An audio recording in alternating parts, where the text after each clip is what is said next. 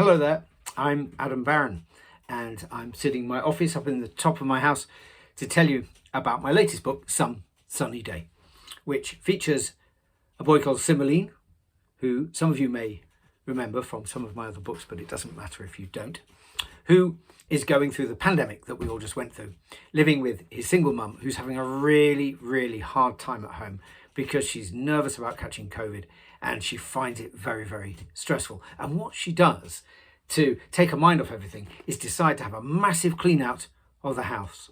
She cleans the shed, the kitchen, the living room, and then Cymbeline's bedroom. And she does something terrible.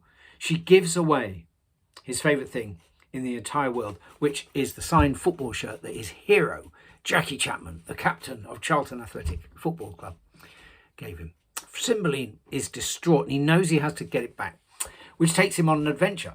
It takes him on an adventure through all the things that we remember from the pandemic, such as going to the supermarket and looking for that last bottle of tomato ketchup. Cymbeline cannot believe he's going to live his life, even for a week, without tomato ketchup, and sees the last bottle up on a high shelf and then has to fight an evil teenager to find it.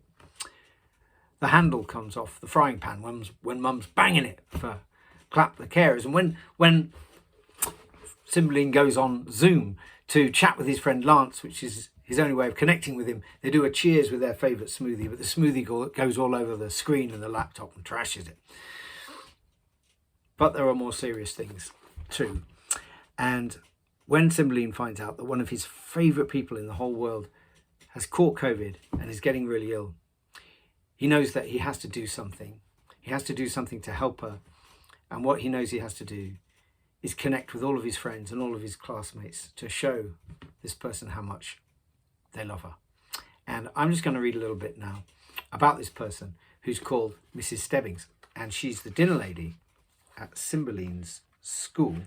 And Cymbeline's just found out on the virtual classroom that they're going to do a project on World War II. And Mrs. Stebbings is old and she was a child during World War II. So Cymbeline's mum suggests that they go and see her to see if there's anything she can tell them about the Blitz and World War II. So Cymbeline's really pleased because Mrs. Stebbings is one of my favourite people ever. This is due in part to something that should, in my opinion, be officially classed as one of the wonders of the world.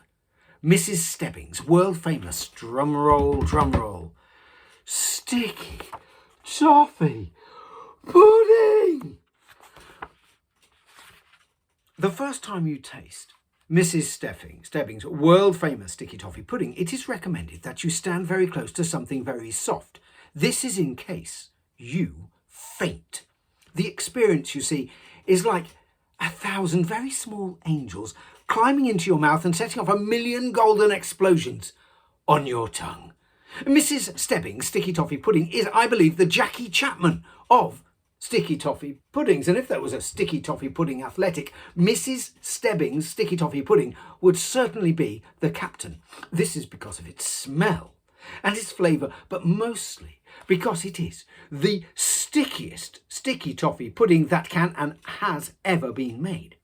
Lance once got told off because Mr. Ash asked him a maths question and all he could say was 353. And that was nearly an hour after lunchtime. But don't get me wrong. I don't just love Mrs. Stebbings for her sticky toffee pudding. That would be terrible. I also love her for her lemon delicious surprise and her jam roly-poly.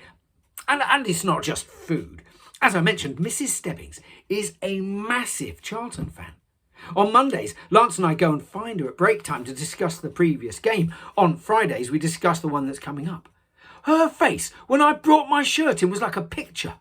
So, as a fellow Charlton fan, Mrs. Stebbings would be bound to understand just how terrible that it was that I lost my shirt, and she would help me with my project. Can we go and see her now? I said. Well, I knew what Mum would normally have said about that. We'd boring, been out, boring today, once, boring already.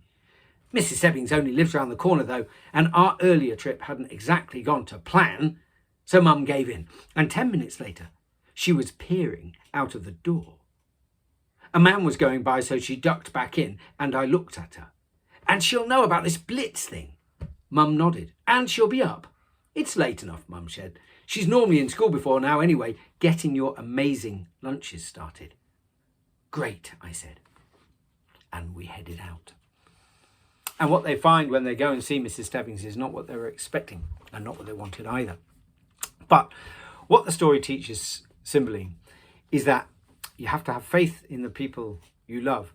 And if you do, and you care about them, and they care about you, then everything will come out sunny in the end. So I hope you enjoy some sunny day.